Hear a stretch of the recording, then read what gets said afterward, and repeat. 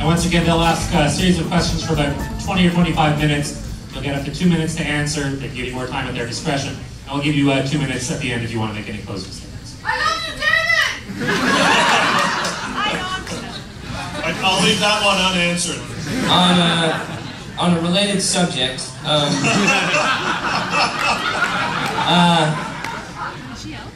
your platform, your transit plan calls for a fairly ambitious set of streetcar and bus rights-of-way and busways.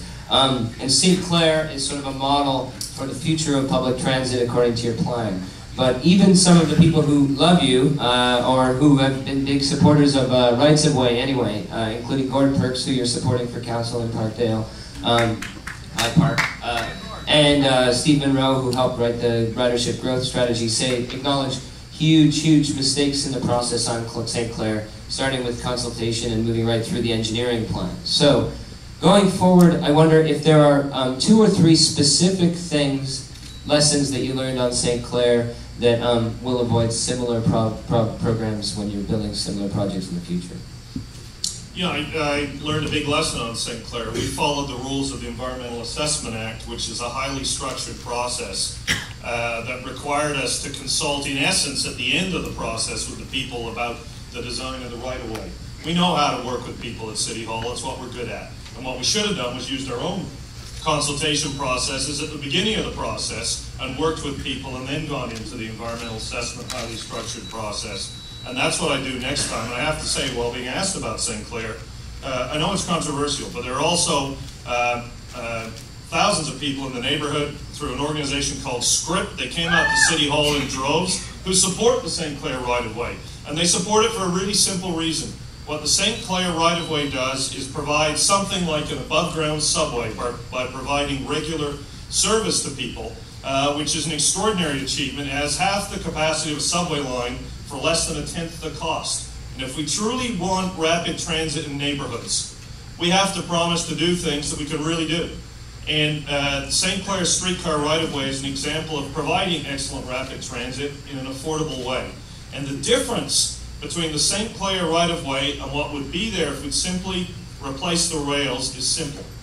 When you have streetcars or buses operating in mixed traffic, one car on the rails or in front of a bus turning left can hold up a streetcar full of 80 or 100 people and a bus full of 50 or 60.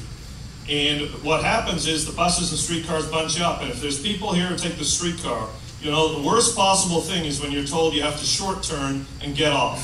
And that happens all the time because streetcars run in mixed traffic. What St. Clair and Spadina do is ensure that the streetcar will be there every 5 minutes, 7 minutes, 3 minutes, whatever the schedule is. That's why it works. It will work. And I bet you 2 years from now, when we're back here and most of the right-of-way is built, people in the neighborhood will be saying, you know, I was really worried about this, but it's great.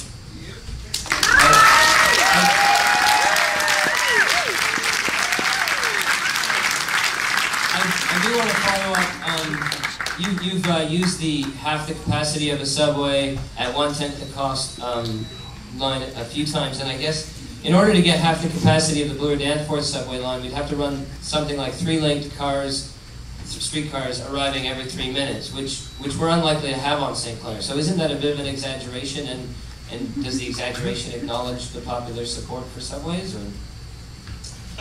No, I don't think it's a bit of an exaggeration, Ed, but if you look at St. Clair, you probably wouldn't put a subway there anyway because it's, first of all, the additional cost of the right-of-way is in the range of $35 million. It would cost about 30 just to replace the rails. It's about 35 to put the right-of-way in. Then there's some other improvements to help the business community do better, like burying the hydro lines that cost some more money. But $35 million is the additional cost to curb it rather than just have the right-of-way. And a subway in that distance would be something like $3 billion. Right. You do get significant capacity at vastly less cost, and that's what I mean by that statement. But we likely won't be running at half the capacity of a subway. No, because you don't need to.